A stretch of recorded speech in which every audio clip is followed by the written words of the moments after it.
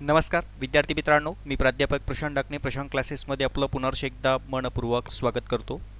सहकारी बँक भरती परीक्षा असेल किंवा इतर सहकार क्षेत्रातल्या विभागीय भरती परीक्षा असतील, तर या संपूर्ण भरती परीक्षेच्या संदर्भात तसेच GDCA DCM महत्त्वपूर्ण या भरती परीक्षा असतात. तर या परीक्षेच्या संदर्भात तुम्हाला सहकार कायद्यांवर महत्त्वाचे MCQ क्वेश्चन विचारले जातात किंवा कर्मचारी वर्गांना विद्यार्थ्यांना ही महाराष्ट्र सहकार कायद्यांविषयी माहिती असणं खूप आवश्यक आहे. सो त्या रिलेटेड आपलं आजचं हे पूर्ण लेक्चर आहे. म्हणजे परीक्षेच्या संदर्भात विद्यार्थ्यांसाठी हे लेक्चर खूप महत्त्वाचं आहेतच. ओके, तर एक गोष्ट लक्षात ठेवा, जे मी महाराष्ट्र सहकार कायदा अधिनियम 1960 जो कायदा आहे, या कायद्यामध्ये जे कलम दिलेले आहेत, म्हणजे जे सेक्शन दिलेले आहेत, कलम 1 पासून तर 168 पर्यंतचे पूर्ण सेक्शन आहेत. तर या पूर्ण सेक्शनवर आधारित आपण MCQ सिरीजचा अभ्यास करणार आहोत. ओके, मग तुम्हाला बँक भरती, इतर विभागीय परीक्षा या सर्व परीक्षांसाठी आजचं हे सेक्शन खूप महत्त्वाचं आहे. प्रत्येकाने लेक्चर व्यवस्थित ऐकायचं आहे, समजून घ्यायचं आहे आणि सर्वात महत्त्वाचं कलम सेक्शन व्यवस्थित लक्षात ठेवायचे आहे. ओके, आणि व्हिडिओ आवडल्यास लाईक करायचा आहे, आपल्या मित्रमैत्रिणींपर्यंत शेअर करायचं आहे आणि आपल्या यूट्यूब चॅनलला नवीन असाल तर चॅनलला सबस्क्राईब करा, बेल आयकॉनला क्लिक करा, जेणेकरून आपले नवनवीन महत्त्वपूर्ण व्हिडिओ हे तुमच्यापर्यंत पोहोचतील. चलो, प्रत्येक विद्यार्थी ऑनलाईन बॅचवाले जॉईन झालेले असतील, प्रत्येकाने कमेंटमध्ये यस मेसेज टाईप करायचा आहे. चलो, इकडे लक्ष द्या. ठीक आहे, झाले सर्व जॉईन? ओके, ठीक आहे, आवाज येतो व्यवस्थित? यस मेसेज टाईप करा. ठीक आहे, चलो, सगळ्यात महत्त्वाचं आता आपल्याला प्रश्न अभ्यासायचा आहे. महाराष्ट्र सहकारी संस्था अधिनियमाचे जे पूर्ण नाव काय आहे, असा प्रश्न तुम्हाला विचारलेला आहे.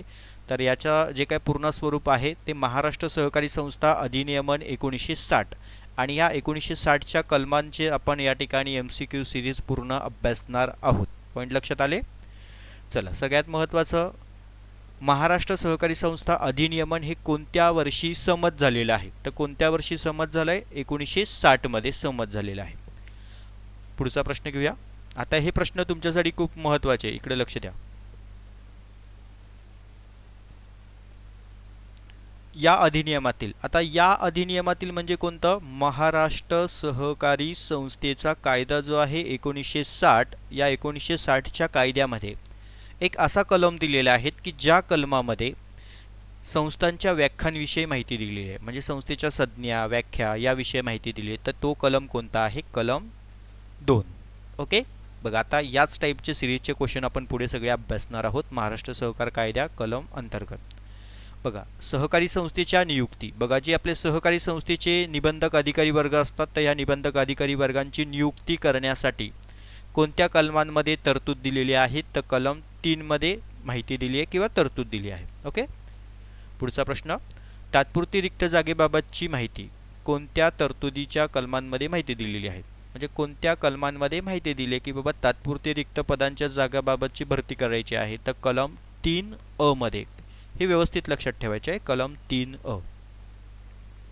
पुढचा प्रश्न, नोंदणीकर्त्या येण्याजोग्या, म्हणजे अशा काही संस्था आहेत की ज्यांच्या नोंदणीकर्त्या येण्याजोग्या संस्थांचा उल्लेख कोणत्या कलमांमध्ये केलेला आहे? म्हणजे कोणत्या कलमांच्या सेक्शनमध्ये माहिती दिलेली आहे? तर कलम 4 मध्ये.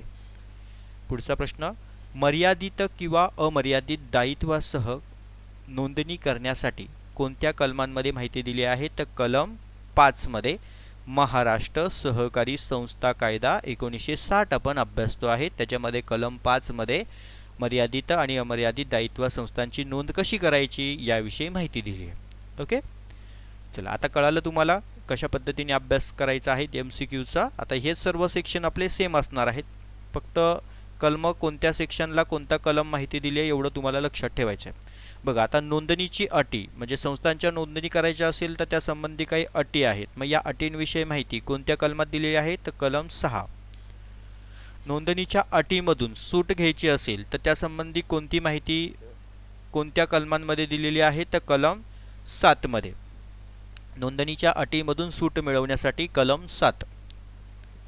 नोंदणीसाठीचा अर्ज करायचा असेल तर त्या संबंधी माहिती कलम 8 मध्ये दिलेली आहे. ओके, चला पुढे. संस्थेच्या नोंदणी कोणत्या कलमानुसार केली जाते? तर संस्थेची नोंदणी ही कलम 9 नुसार केली जाते. पुढचा प्रश्न, नोंदणीचा पुरावा. बघा, सहकारी संस्थेच्या बाबत जो नोंदणीचा पुरावा असतो तो नोंदणी पुरावा कोणत्या कलमांमध्ये माहिती दिली आहे? तर कलम 10 मध्ये. काही प्रश्न निश्चित करण्याचा अधिकार कुणाला आहे? तर सहकार क्षेत्रामध्ये सर्वोच्च अधिकारी म्हणून ओळखले जाणारे निबंधक अधिकारी. ओके, ह्या निबंधक अधिकारी वर्गांना प्रश्न निश्चित करण्याचे, त्यासंबंधी निर्णय घेण्याचे अधिकार दिले जातात.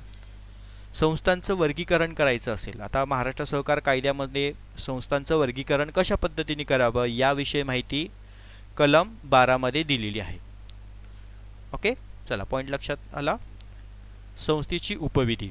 संस्थेच्या उपविधीमध्ये, आता उपविधी म्हणजे काय? तर संस्थेच्या कामकाजाचा नियमाचा संच असतो, ज्याला आपण काय म्हणतो? संस्थेची उपविधी, किंवा इंग्लिशमध्ये त्याला आपण बायलॉज म्हणतो. मग जर संस्थेच्या उपविधीमध्ये सुधारणा करायची असेल तर त्यासंबंधी कोणत्या कलमांमध्ये माहिती दिली आहे? तर कलम 13 मध्ये माहिती दिली आहे संस्थेच्या उपविधीमध्ये सुधारणा करायची असल्यास. संस्थेच्या उपविधीमध्ये सुधारणा करण्याची कारणं कोणती आहे? संस्थेच्या पत्त्यात बदल, संस्थेच्या नावात बदल, संस्थेच्या भागभांडवलात बदल, संस्थेच्या महत्त्वाचे काही कामकाज असतील त्यामध्ये बदल करायचा असेल तर आधी उपविधीमध्ये बदल करणं आवश्यक आहे. Point is clear? ठीक आहे, चला पुढचा प्रश्न बघूया. उपविधीमध्ये सुधारणा करण्याचे निर्देश म्हणजे आदेश देण्याचा अधिकार कोणत्या कलमात आहे? तर कलम 14 मध्ये. आता इकडे पॉईंट लक्षात घ्या, तुमचे हे दोन्ही उपविधीचे पॉईंट मी क्लिअर करतो. संस्थेच्या पातळीवरती उपविधीमध्ये बदल करायचं असेल तर कलम 13 मध्ये तरतूद दिलेली आहे. कलम 13 मध्ये संस्थेच्या पातळीवरती जुनी उपविधी, नवीन उपविधी या संदर्भातला प्रस्ताव, ठराव मंजूर केला जातो आणि नंतर तो निबंधकांकडे पुन्हा काय केला जातो? पाठवला जातो मंजुरीसाठी. बरोबर. त्याच्यानंतर निबंधकांनी संस्थेला जर काही उपविधीमध्ये बदल करायला सांगितलं असेल तर ते कलम 14 मध्ये त्या संदर्भातली माहिती दिलेली आहे. आणि उपविधी म्हणजे संस्थेच्या नियमाच्या कामकाजाचा एक संच असतो. पुढचा प्रश्न, संस्थेच्या नावात बदल करायचा असेल तर महाराष्ट्र सहकार कायद्यामध्ये एक कलम दिलेला आहे ज्यामधून आपल्याला संस्थेच्या नावात कसा बदल होता येईल याविषयी माहिती दिली आहे. तर तो कलम आहे कलम 15. पुढचा प्रश्न, दायित्वामध्ये बदल कोणत्या कलमामध्ये माहिती दिली आहे? तर कलम 16 मध्ये. संस्थेचं एकत्रीकरण, हस्तांतरण आणि विभाजन आणि रूपांतरण. बघा, संस्थेचं एकत्रीकरण करायचं, हस्तांतरण करायचं, विभाजन करायचं किंवा रूपांतरण हे कोणत्या कलमांमध्ये माहिती दिलेली आहे? तर कलम 17 मध्ये माहिती दिलेली आहे. पॉईंट इज लक्षात ठेवायचा आहे. पुढचा पॉईंट, सार्वजनिक हितासाठी. आता हे खूप महत्त्वाचं आहे, इकडे लक्ष द्या. सार्वजनिक हितासाठी संस्थांचे एकत्रीकरण किंवा पुनर्रचना करण्याचे निर्देश म्हणजे आदेश देण्याचा अधिकार कोणत्या कलमात माहिती दिलेली आहे? तर कलम 18 मध्ये. पुढे, संस्थांची पुनर्रचना किंवा कोणत्या कलमानुसार माहिती दिलेली आहे? आता संस्थेची पुनर्रचना जी असते, पुनर्रचना, तर त्याविषयी माहिती कोणत्या कलमात आहे? तर कलम 19 मध्ये. पुढचा प्रश्न घ्या. सहकारी संस्थांचं एकत्रीकरण, आता फक्त एकत्रीकरण करायचं आहे तर ते कोणत्या कलमात माहिती दिलेली आहे? तर कलम 18 मध्ये. संस्थेची भागीदारी याविषयी माहिती देणारा कलम कोणता आहे? तर कलम 20 आहे. प्राथमिक कृषी पतसंस्थांचं एकत्रीकरण करायचं असेल तर याविषयी माहिती देण्यासाठी जो कलम आहे महाराष्ट्र सहकार कायद्यामध्ये कलम 18 मध्ये. संस्थांचे सहकार्य, बघा सहकार्य याविषयी माहिती कोणत्या कलमात दिलेली आहे? तर कलम 20 मध्ये. पुढचा प्रश्न, स्थानिक क्षेत्राच्या सीमांमध्ये बदल झाल्यास संस्थांची पुनर्रचना कोणत्या कलमानुसार केली जाते? तर कलम 18 नुसार केली जाते. नोंदणी रद्द करणे याविषयी माहिती कोणत्या कलमांमध्ये दिली आहे? तर कलम 21 मध्ये माहिती दिलेली आहे नोंदणी रद्द करण्यासंबंधी. पुढचं, संस्थेची नोंदणी रद्द करणे विशेष तरतूद, असा प्रश्न आल्यास विशेष तरतूद म्हटलंय तर कलम 21 मध्ये. ओके, चला हे महत्त्वाचे क्वेश्चन समजले. पुढचे बघूया आपण माहिती. सदस्य पात्रास, म्हणजे बघा सदस्य म्हणजे कोण? सभासद. मग संस्थेचे सदस्य किंवा सभासद पात्र व्यक्ती कोणत्या कलमामध्ये माहिती दिलेली आहेत? म्हणजे सभासदत्व होण्यासाठी कोण पात्र आहे याविषयी माहिती कलम 22 मध्ये दिलेली आहे. सदस्य म्हणजे सभासदांच्या नोंदवहीतून नाव वगळणे म्हणजे नाव कमी करणे सभासदाच्या नोंदवहीमधून, तर त्यासंबंधी कलम दिलेला आहे कलम 25 मध्ये.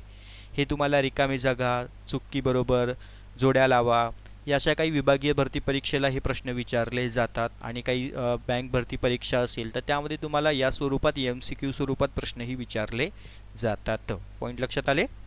तर हेही लेक्चर तुमच्यासाठी खूप महत्त्वाचं आहे, तर प्रत्येक विद्यार्थ्यांनी आवर्जून पहा आणि आवडत असेल तर लाईक मात्र नक्की करा. खुले सभासदत्व. संस्थेमध्ये सभासदत्व दिलं जातं सभासदांना, तर ते खुले सभासदत्व याविषयी कोणत्या कलमांमध्ये माहिती दिली आहे? तर कलम 23 मध्ये. सभासदांचे हक्क कर्तव्य याविषयी माहिती देणारा कलम कोणता आहे? तर कलम 26.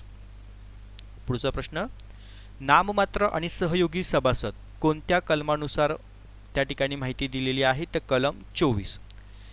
सभासदांना मतदानाचा अधिकार हा कोणत्या कलमामध्ये दिलेला आहे? तर कलम 27. आणि हा बऱ्याच वेळा IMP आलेले प्रश्न आहेत मागील काही बँक भरती परीक्षेच्या संदर्भात.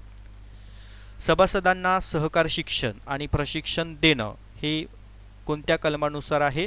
तर कलम 24 मध्ये याविषयी माहिती दिलेली आहे. भागधारण करण्यावरील निर्बंध कोणत्या कलमांमध्ये माहिती दिली? आता प्रश्न नीट समजून घ्या. भागधारण, भाग म्हणजे शेअर्स, ओके, हे निर्बंध असतं, त्यामध्ये किती धारण करावे याविषयी माहिती कलम 28 मध्ये दिलेली आहे. सभासदांची समाप्ती, बघा सभासदत्व समाप्ती कोणत्या कलमानुसार माहिती दिलेली आहे? तर कलम 25 मध्ये सभासदांच्या समाप्तीविषयी माहिती दिली आहे. पुढचा प्रश्न, भाग हस्तांतरण. आता वरती आपण पाहिलं होतं भागधारण, आता हस्तांतरण आहे. मग हस्तांतरणाच्या संदर्भातले निर्बंध म्हणजे आदेश कोणत्या कलमानुसार दिले जातात? तर कलम 29 नुसार. पॉईंट कळाले? महत्त्वाचे प्रश्न समजताय? ठीक आहे, पुढचे प्रश्न बघूया. सभासदाचा मृत्यूनंतर, बघा एखाद्या सभासदाचा मृत्यू झाला तर त्या संबंधी त्याच्या हिश्श्यासंबंधीचे हस्तांतरण, भाग असेल, शेअर्स असेल, जे काही, बरोबर, तर ते कोणत्या कलमानुसार केले जाते? तर कलम 30 नुसार. सभासदांची दिवाळखोरी कोणत्या कलमानुसार केली जाते? तर कलम 34 नुसार. भाग जप्ती, बघा सभासदांच्या संदर्भातील भागांची जप्ती पात्र नसणे यासंबंधी माहिती कोणत्या कलमात दिलेली आहे? तर कलम 31 मध्ये माहिती दिलेली आहे, भाग जप्तीस पात्र नसणे. ओके, चला पुढचं सेक्शन समजून घेऊया. सभासदांची हकालपट्टी. आता सभासदांची हकालपट्टी करायची असेल तर त्यासंबंधी माहिती कलम 35 मध्ये दिलेली आहे. सभासदांना संस्थेचे पुस्तकं, दप्तर पाहण्याचा अधिकार कोणत्या कलमात दिलेले आहेत? तर कलम 32 मध्ये. पुढचा प्रश्न, पासबुक देण्याची तरतूद कोणत्या कलमांमध्ये आहे? तर कलम 32 मध्ये. संस्था निगमित संस्था असतील तर ही तरतूद कोणत्या कलमांमध्ये आहे? तर कलम 36 मध्ये. माजी सदस्यांचे दायित्व कोणत्या कलमानुसार माहिती दिली जाते? तर कलम 33 नुसार. ओके, आणि संस्थेचा पत्ता याविषयी माहिती कोणत्या कलमांमध्ये दिलेली आहे? तर कलम 37 मध्ये. ओके, चला हे महत्त्वाचे कलम आहेत, व्यवस्थित समजले? पुढचे बघूया. सभासदांची नोंदवही कोणत्या कलमानुसार असते? तर सभासदांची जी नोंदवही आहे ती नोंदवही कलम 38 नुसार. अधिनियमाची प्रत तपासणीसाठी खुली ठेवणे याविषयी माहिती देणारा कलम कोणता आहे? कलम 39. नोंदणीची प्रतीचा पुरावा म्हणून ग्राह्यता कोणत्या कलमानुसार धरली जाते? तर कलम 40 नुसार.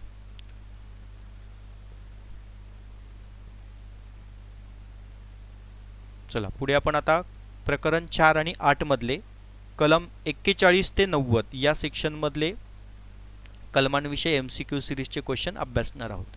संस्थेचे शेअर्स किंवा डिबेंचर्स संबंधित दस्तऐवजांच्या सक्तीची नोंदणीतून सूट कोणत्या कलमामध्ये दिलेली आहे? तर कलम 41 मध्ये. ओके, चला पुढचा प्रश्न, करातील सूट देण्याचा अधिकार कोणत्या कलमामध्ये आहे? तर कलम 42. आणि हे सर्व आपण 1960 चे कलम अभ्यासतोय, सहकार कायद्याचे, ते लक्षात घ्या. कर्ज घेण्यावर निर्बंध कोणत्या कलमात दिला आहे? कलम 43. आणि कर्ज देण्याच्या निर्णयाचे नियम कोणत्या कलमानुसार आहे? कलम 44. बघा, कर्ज घेण्यावर निर्बंध कलम 43 आणि कर्ज देण्याचे धोरणांचे नियम कलम 44. व्याजावर मर्यादा, बघा आता प्रत्येक काही संस्थांमध्ये व्याजावर मर्यादा ठेवणं आवश्यक असतं, तर त्यासंबंधी माहिती महाराष्ट्र सहकार कायदा अधिनियम 1960च्या कलम 44 मध्ये माहिती दिलेली आहे. गैरसभासदांसोबतच्या व्यवहारांवर निर्बंध कोणत्या कलमांमध्ये माहिती दिली आहे? तर कलम 45 मध्ये. सभासदांचे शेअर्सवर म्हणजे भाग, सभासदांचे जे शेअर्सवर प्रभाव कोणत्या कलमानुसार आहे? तर कलम 46. संस्थेचे अग्रहक्क कोणत्या कलमामध्ये आहे? तर संस्थेचे अग्रहक्क कलम 47 मध्ये माहिती दिलेली आहे. सभासदांच्या स्थावर मालमत्तेवर प्रभाव कोणत्या कलमानुसार पडला जातो? तर कलम 48 नुसार. कृषी उत्पन्नाच्या विक्रीतून, हा प्रश्न बऱ्याच वेळा MP आलेला आहे, हा पण व्यवस्थित करून ठेवा. कृषी उत्पन्नाच्या विक्री किमतीतून कपात कोणत्या कलमानुसार केली जाते? तर कलम 48 ह्या बऱ्याचशा बँक भरती परीक्षा, विभागीय भरती परीक्षेच्या संदर्भात हे प्रश्न आलेले आहेत. त्यानंतर पुढचा प्रश्न, पगारातून कपात करून वसुली करायची असल्यास, म्हणजे आता संस्थेला बघा, आता हा पॉईंट कोणाशी निगडीत आहे? तर जे पगारदार वर्गांच्या सहकारी संस्था असतात, तर त्यांनी काही घेतलेलं कर्ज असेल तर ते त्यांच्या पगारातून वसूल केलं जातं, कपात केलं जातं. तर त्या संदर्भातला कलम आहे महाराष्ट्र सहकार कायदा अधिनियम 1960 मधला कलम 49. ओके, म्हणून पगारातून कपात करून वसुली करण्यासंदर्भातला हा कलम माहिती देत असतो. त्यानंतर पुढचा, राज्य सरकारच्या प्रत्यक्ष भागीदारी कोणत्या कलमानुसार आहे? तर कलम 50 मध्ये. राज्य सरकारच्या संबंधी अप्रत्यक्ष भागीदारी, आता बरोबर प्रत्यक्ष, आता इथे आहे अप्रत्यक्ष, अप्रत्यक्ष असणार तर कलम 51 मध्ये. प्रधान राज्य भागीदारी निधी कोणत्या कलमांमध्ये माहिती दिलेली आहे? तर कलम 52 मध्ये. सहाय्यक राज्य भागीदारी निधीच्या संबंधी माहिती कोणत्या कलमात दिलेली आहे? तर कलम 53 मध्ये. ओके, त्यानंतर पुढचा प्रश्न, भाग खरेदीसाठी राज्य सरकारची मंजुरी कोणत्या कलमामध्ये आहे? तर कलम 54 मध्ये. काही भागांच्या बाबतीत दायित्व मर्यादित असणे यासंबंधी माहिती देण्यासाठी जो कलम आहे तो कलम 55 मध्ये. लाभांशाच्या रकमेवरती, बघा आता संस्थेमध्ये जो लाभांश असतो त्या लाभांशाच्या रकमेवरती निर्बंध घालण्यासाठी कोणत्या कलमात माहिती दिली आहे? तर कलम 56 मध्ये. शिखर आणि केंद्रीय संस्थांना नुकसान भरपाई कोणत्या कलमामध्ये याविषयी माहिती दिलेली आहे? तर कलम 57 मध्ये. भाग भांडवल आणि लाभांशाची विल्हेवाट कोणत्या कलमात माहिती दिलेली आहे? तर भाग भांडवल आणि लाभांशाची विल्हेवाट कलम 58 मध्ये. आणि हे PDF तुम्हाला पाहिजे असल्यास शेवटी मी याचं सेक्शन विषयी माहिती देणार आहे.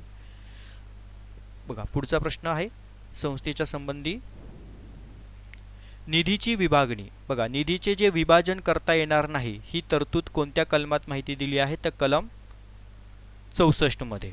ओके, कलम 64 मध्ये की निधीचं विभागणी करता येणार नाही.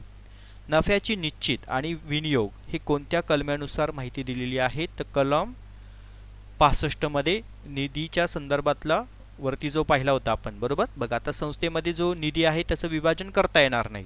आता त्याच्यानंतर संस्थेमध्ये जो होणारा नफा आहे त्या नफ्याची निश्चिती आणि विनियोग म्हणजे त्याचा वापर करायचा असेल तर कलम 65 मध्ये माहिती दिलेली आहे. त्यानंतर पुढचा प्रश्न, राखीव निधी, हा पण बऱ्याच वेळा तुम्हाला IMP आलेला क्वेश्चन आहे, त्यामुळे हा व्यवस्थित करून ठेवा. राखीव निधी कोणत्या कलमांनुसार माहिती दिली जाते? तर राखीव निधीचा कलम 66. लाभांशावरील निर्बंध कोणत्या कलमांमध्ये माहिती दिलेली आहे? तर लाभांशावरती जर निर्बंध घालायचे असतील तर त्यासंबंधी कलम 67 मध्ये माहिती दिलेली आहे. शिक्षण निधीसाठी अंशदान कोणत्या कलमांमध्ये आहे? तर 68 मध्ये शिक्षण निधीसाठी अंशदान याविषयी माहिती दिलेली आहे कलम 68 मध्ये. पुढे कलम 69. आता कलम 69 कशाशी संबंधित आहे? तर सार्वजनिक प्रयोजनासाठी अंशदान मदत करण्यासाठी कलम 69 याविषयी आहे. संस्थेची निधी, बघा हा पण बऱ्याच वेळा तुम्हाला IMP प्रश्न विचारलेला आहे. जो संस्थेचा निधी असतो तो संस्थेला गुंतवावा लागतो, म्हणजे त्याचे इन्व्हेस्टमेंट करावी लागते. तर त्यासाठी महाराष्ट्र सहकार कायद्यामध्ये एक कलम दिलेला आहे, कलम 70 नुसार संस्थेची गुंतवणूक कशी केली पाहिजे निधीच्या संदर्भातली. ओके, संस्थेमध्ये जो काही निधी असेल, मग फंडिंगच्या संदर्भातला असेल, ठेवीच्या संदर्भातला निधी असेल, तर तो निधी कसा इन्व्हेस्टमेंट करायचा, गुंतवायचा कसा, तर याविषयी माहिती कलम 70 मध्ये दिलेली आहे. आणि हा बऱ्याच वेळा तुम्हाला परीक्षेला आलेला प्रश्न आहे. कर्मचारी निर्वाह म्हणजे कर्मचारी भविष्य निर्वाह निधी, बरोबर, कोणत्या कलमामध्ये माहिती दिलेली आहे संस्थेच्या? तर कलम 71 मध्ये माहिती दिली आहे. संस्थेच्या अंतिम अधिकार कोणत्या कलमांमध्ये दिलेली आहे असा प्रश्न नाही आहे. तर संस्थेचा अंतिम अधिकार कोणामध्ये निर्गहित असतो? बघा आता संस्थेचा अंतिम अधिकार म्हणजे संस्थेचे जे काही निर्णय घ्यायचे असतील तर ते निर्णय तुम्ही म्हणाल सर व्यवस्थापक मंडळ घेतात, तुमच्या मताशी सहमत आहे, परंतु संस्थेचा अंतिम अधिकार निर्णय जर घ्यायचा असेल तर संस्थेच्या सर्वसाधारण सभा असतात, बरोबर. मग त्यामध्ये वार्षिक सभा, विशेष सभा, या सभांमध्ये चर्चा करून, प्रस्ताव मांडून, ठराव पास करून निर्णय घेतला जातो, बरोबर. म्हणून या ठिकाणी संस्थेचा अंतिम अधिकार हा सर्वसाधारण सभेचा असतो. Point is clear. पुढचा मुद्दा बघूया. क्वेश्चन, संस्थेचे अंतिम अधिकार कोणत्या कलमांमध्ये माहिती दिलेली आहे? तर कलम 72 मध्ये माहिती दिलेली आहे. समिती, तिचे अधिकार आणि कार्य याविषयी माहिती सांगणारा कलम 73. पदाधिकाऱ्यांविरुद्ध अविश्वासाचा ठराव. आता हा पण तुम्हाला बऱ्याच वेळा IMP आलेला क्वेश्चन आहे. पदाधिकाऱ्यांविरुद्ध अविश्वासाचा ठराव मांडायचा असेल, महाराष्ट्र सहकार कायदा 1960 मध्ये कलम दिलेला आहे, कलम 73 ID. ओके, कलम 73 ID नुसार. महिलांसाठी आरक्षण कोणत्या कलमांमध्ये दिलेले आहे? तर कलम 73 C मध्ये माहिती दिलेली आहे, निवडणुकीच्या संदर्भातले आरक्षणासंबंधी. राज्य सहकार निवडणूक प्राधिकरण कोणत्या कलमानुसार आहे? तर कलम 73 CB. ओके, हे बऱ्याच वेळा परीक्षेला आलेले प्रश्न आहेत, व्यवस्थित अभ्यास आहे. व्यवस्थापक, सचिव आणि इतर अधिकाऱ्यांची पात्रता कोणत्या कलमानुसार आहे? तर कलम 74. पुढचा प्रश्न, वार्षिक सर्वसाधारण सभा. आता हे दोन्हीही IMP करूनच ठेवा, हे तुम्हाला परीक्षेला हमखास येतातच. वार्षिक सर्वसाधारण सभा कलम 75 आणि विशेष सर्वसाधारण सभा कलम 76. ओके, वार्षिक म्हटलं तर 75, विशेष म्हटलं तर 76. समितीला निलंबित करण्याचा अधिकार कोणत्या कलमानुसार आहे? तर कलम 78. समिती बरखास्त करण्याचा अधिकार कोणत्या कलमात आहे? तर कलम 78 अ मध्ये. विवरणपत्रके, दाखले म्हणजे विवरणपत्रके जे असतात ते दाखल करण्याचे बंधन कोणत्या कलमानुसार आहे? तर कलम 79 नुसार. ओके, किंवा तुम्ही सेक्शनही म्हणू शकतात, काही प्रॉब्लेम नाही. सार्वजनिक हितासाठी शासनाचे निर्देश कोणत्या कलमांमध्ये दिलेले आहे? तर कलम 79 अ मध्ये दिलेले आहे. अभिलेख जप्त करण्याचा अधिकार कोणत्या कलमानुसार आहे? हा पण तुम्हाला बऱ्याच वेळा IMP प्रश्न विचारला जातो, लक्षात असू द्या. अभिलेख, रेकॉर्ड, दप्तर, रजिस्टर त्या ठिकाणी जप्त करण्याचे अधिकार निबंधकांना असतात, पॉईंट लक्षात घ्या. मग निबंधक अधिकाऱ्यांच्या संदर्भातला हा कलम आहे की ते संस्थांचे त्या ठिकाणी रेकॉर्ड, रजिस्टर, कागदपत्र असतात ते जप्त करतात. मग अभिलेख जप्त करण्याचा अधिकार कलम 80 मध्ये दिलेली माहिती आहे. लेखापरीक्षण, संस्थेचं लेखापरीक्षण करायचं असेल तर कलम 81, हा लक्षातच ठेवा. हिशेबातील दोष दुरुस्ती निवारण करायचं असेल तर कलम 82. निबंधकांच्या संदर्भात म्हणजे निबंधकांद्वारे संस्थांच्या ज्या चौकशा केल्या जातात तर त्या चौकशी संबंधीचा कलम आहे कलम 83. कलम 80, 81, 83 व्यवस्थित करूनच ठेवा. 82. ओके, हे तुम्हाला परीक्षेला विचारले जातातच. त्यानंतर कर्जदार संस्थेच्या पुस्तकाची तपासणी. बघा, कर्जदार संस्थेच्या पुस्तकाची तपासणी करण्याचा अधिकार कोणत्या कलमानुसार आहे? तर कलम 84 नुसार. ओके, चौकशी व तपासणीचा खर्च कोणत्या कलमांमध्ये दिलेला आहे? तर कलम 85. खर्चाची वसुली करायची असेल तर त्या संदर्भातला सहकार कायद्यामधला कलम आहे कलम 86. संस्थेच्या दोष म्हणजे संस्थेमध्ये काय दोष संस्थेच्या निदर्शनास आणून देण्याचा अधिकार कोणत्या कलमात आहे? तर कलम 87 मध्ये. दोष संदर्भातील जे प्रवर्तक असतील तर या प्रवर्तका संदर्भातील जे काही नुकसानीचे मूल्यांकन करण्याचा अधिकार कलम 88 मध्ये माहिती दिलेली आहे. ओके, तसेच आता पुढे आपण कलम 91 तर 168 पर्यंतचे सेक्शन आहे तर त्यावरती आलेले महत्त्वाचे MCQ क्वेश्चन. सहकारी संस्थेमधील जे काही वाद असतील, भांडणं असतील, तंटा असतील तर ते निकाली काढायचे असेल तर ते कोणत्या कलमामध्ये माहिती दिलेली आहे? तर कलम 91 मध्ये. ओके, कलम 91 मध्ये. आता कलम 91 मध्ये हे सहकार न्यायालयाच्या संदर्भातले कलम आहे. पुढे सहकार न्यायालयाची स्थापना कोणत्या कलमानुसार केली आहे? तर कलम 91 अ नुसार. विवाद दाखल करण्याची मुदत कोणत्या कलमात दिलेली आहे? तर कलम 92. संस्थेमधील जे काही वाद असतील तर त्यासंबंधी विवाद दाखल करण्यासाठी जो कलम आहे कलम 92. विवाद हा एका सहकारी न्यायालयातून दुसऱ्या सहकार हस्तांतरित करायचा असेल, म्हणजे एखादा संस्थेचा वाद असेल तो एका सहकार न्यायालयातून दुसऱ्या हस्तांतरित करण्याची तरतूद कोणत्या कलमात दिलेली आहे? तर कलम 92 मध्ये की 93 मध्ये की 94 मध्ये असं तुम्हाला प्रश्न विचारला जातो. तर याचं उत्तर आहे कलम 93 मध्ये. ओके, याचं उत्तर आहे कलम 93. हा एक IMP करून ठेवा. त्यानंतर पुढचा प्रश्न, विवाद निकाली काढण्यासाठीची कार्यपद्धती कोणत्या कलमामध्ये दिलेली आहे? तर कलम 94 मध्ये. निर्णयापूर्व मालमत्ता जप्त करण्याचे आदेश कोणत्या कलमात दिलेले आहे? तर कलम 95 मध्ये. सहकार न्यायालयाचे निर्णय कोणत्या कलमानुसार माहिती दिलेली आहे? तर कलम 96 मध्ये. कलम 96 अंतर्गत निर्णयाविरुद्ध अपील पुन्हा अपील दाखल करायचा असेल तर कलम 97 मध्ये. पैशांची वसुली कशी करावी याविषयी तरतूद कोणत्या कलमात दिलेली आहे? तर कलम 98. नोंदणी प्रमाणपत्रानंतर मालमत्तेचे खाजगी हस्तांतरण संस्थेविरुद्ध रद्दबाबत कोणत्या कलमात माहिती दिलेली आहे? तर कलम 99 मध्ये. विक्री न करता येणाऱ्या मालमत्तेचे हस्तांतरण कोणत्या कलमांमध्ये माहिती दिली आहे? तर कलम 100 मध्ये. हा एक IMP करून ठेवा. हा बऱ्याच वेळा तुम्हाला मागील ज्या ऑफलाईन भरती परीक्षा झालेल्या आहेत बँकांच्या तर त्यामध्ये तो विचारलेला आहे. काही संस्थेबाबत जमिनीच्या संदर्भातल्या काही महसुलीप्रमाणे वसुली करण्याचा अधिकार कलम 101 नुसार दिलेला आहे. वसुली दाखला, त्याला आपण वसुली दाखला असेही म्हणतो. ओके. संस्था गुंडाळण्याची किंवा वाइंडिंग अप तरतूद कोणत्या कलमामध्ये दिलेली आहेत? बघा, संस्था बंद करायची असेल तर त्या संदर्भातला कलम आहे 102. लिक्विडेटरची नियुक्ती कोणत्या कलमानुसार केली जाते? कलम 103 नुसार. लिक्विडेटरला अधिकार म्हणजेच ऋणशोधक अधिकारी, परिसमापक अधिकारी, त्याला पण हे पर्यायी शब्द आहेत तर त्या संदर्भातला कलम आहे कलम 105. समाप्तीची कार्यवाही पूर्ण करण्याची तरतूद कोणत्या कलमामध्ये दिली आहे? तर कलम 109 मध्ये. अतिरिक्त मालमत्तेची विल्हेवाट कोणत्या कलमानुसार लावली जाते? तर कलम 110 मध्ये अतिरिक्त मालमत्तेची विल्हेवाट कशी लावायची याविषयी तरतूद माहिती दिलेली आहे. पुढे, विमा संरक्षण सहकारी बँकांबाबत विशेष तरतूद कोणत्या कलमांमध्ये दिलेली आहे? तर विमा संरक्षणासंबंधीचा कलम जो आहे कलम 110 अ. हा पण तुम्हाला बऱ्याच वेळा विचारला गेलेला प्रश्न आहे.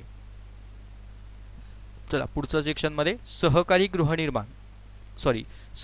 कृषी व ग्रामीण बहुउद्देशीय विकास बँकांवरील विशेष अध्याय कोणत्या कलमानुसार माहिती दिली आहे?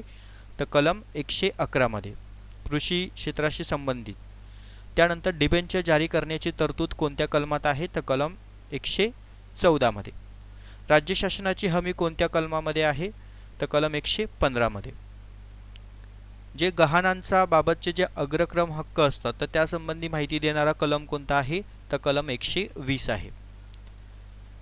त्यानंतर पुढचा, जप्तीच्या संदर्भातले बघा, संस्थेमध्ये काही महत्त्वाचे जप्तीचे अधिकार कोणत्या कलमानुसार दिले जातात? तर कलम 132 नुसार जप्तीचे अधिकार दिले जातात. गहाण ठेवलेल्या मालमत्तेची विक्री कोणत्या कलमांमध्ये आहे? तर कलम 133 मध्ये. विक्रीची पुष्ट कोणत्या कलमानुसार केली जाते? तर कलम 134 नुसार. ओके, चला इथपर्यंत हे पॉईंट क्लिअर. निबंधकांच्या संदर्भातील निबंधकांच्या प्रमाणपत्राद्वारे कर्ज वसुली कोणत्या कलमानुसार केली जाते? तर कलम 137 नुसार. ओके.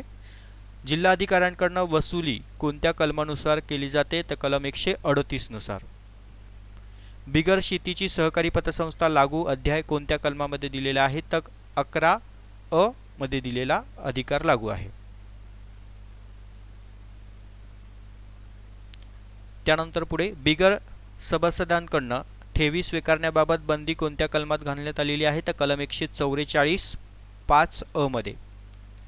रोख राखीव निधीची तरतूद कोणत्या कलमांमध्ये दिलेली आहे? तर कलम 144 9 अ मध्ये. वैधानिक रोखता प्रमाण कोणत्या कलमात दिलेले आहे? तर जे SLR ते आहे कलम 144(10) अ मध्ये. कर्ज माफीच्या जे काही अधिकारावर निर्बंध कोणत्या कलमात त्या ठिकाणी दिलेले आहेत तर कलम 144(12) मध्ये. महाराष्ट्र राज्य बिगर शेती सहकारी पतसंस्था नियामक मंडळ कोणत्या कलमांतर्गत आहे तर कलम 144(13) अ मध्ये आहे. सहकार हा शब्द वापरण्यास मनाई कोणत्या कलमात आहे 145. हा पण बऱ्याच वेळा IMP आलेला क्वेश्चन आहे, हा पण व्यवस्थित करून ठेवा. हा जिल्हा बँक भरती परीक्षेला आलेला प्रश्न आहे. गुन्हेगारांच्या संदर्भातील म्हणजे गुन्ह्यांची तरतूद कोणत्या कलमांमध्ये आहे तर कलम 146 मध्ये. कलम 146 अंतर्गत शिक्षेची तरतूद कोणत्या कलमामध्ये केलेली आहे तर कलम 147 मध्ये. शिक्षेसंबंधी तरतूद. गुन्ह्यांची दखल घेण्याची तरतूद कोणत्या कलमात आहे तर कलम 148 मध्ये. पुढे प्रश्न, महाराष्ट्र राज्य सहकारी संस्थेच्या संदर्भातील अपील न्यायालयाची स्थापना कोणत्या कलमानुसार केलेली आहे कलम 149 नुसार. सहकारी अपील न्यायालयाच्या आदेशाची पुनर्विलोकन कोणत्या कलमात आहे कलम 150 मध्ये. अपिलांची तरतूद कोणत्या कलमामध्ये दिलेली माहिती आहे तर कलम 152 मध्ये. पुनर्क्षणाची म्हणजे जे पुनर्निरीक्षणाच्या बाबतमध्ये जे काही अधिकार असतात त्यामध्ये कोणाला अधिकार दिलेले आहेत तर राज्य शासन निबंधक यांना अधिकार दिलेले आहे. जे काही निरीक्षणाचा पार्ट असतो त्यासंबंधी. महाराष्ट्र राज्य सहकार परिषद कोणत्या कलमानुसार स्थापन केली जाते तर कलम 154 अ मध्ये. सहकारी गृहनिर्माण संस्थेबाबत विशेष प्रकरण कोणत्या कलमापासून सुरू होते तर कलम 154 ब. आता हे गृहनिर्माण संस्थेच्या संदर्भातला नवीन कलम लागू झालेला आहे, पॉईंट लक्षात घ्या. ओके. शासनाच्या संदर्भातले म्हणजे शासनाला देय रकमेची वसुली कोणत्या कलमानुसार केली जाते कलम 155. निबंधकांच्या अधिकार आणि इतर अधिकाऱ्यांना सोपवण्याची तरतूद कोणत्या कलमामध्ये आहे तर निबंधकांचे अधिकार असतील ते इतर अधिकाऱ्यांना काही सोपवण्यासाठी काही महत्त्वाचे चार्ज घ्यायचे असतील तर त्यासाठी कलम 158. निबंधक व इतर अधिकारी लोकसेवक असतील तर ही तरतूद कोणत्या कलमात आहे तर कलम 161 मध्ये. ओके. त्यानंतर सद्भावनेने केलेल्या कृत्याचे संरक्षण कोणत्या कलमामध्ये आहे तर 162 मध्ये.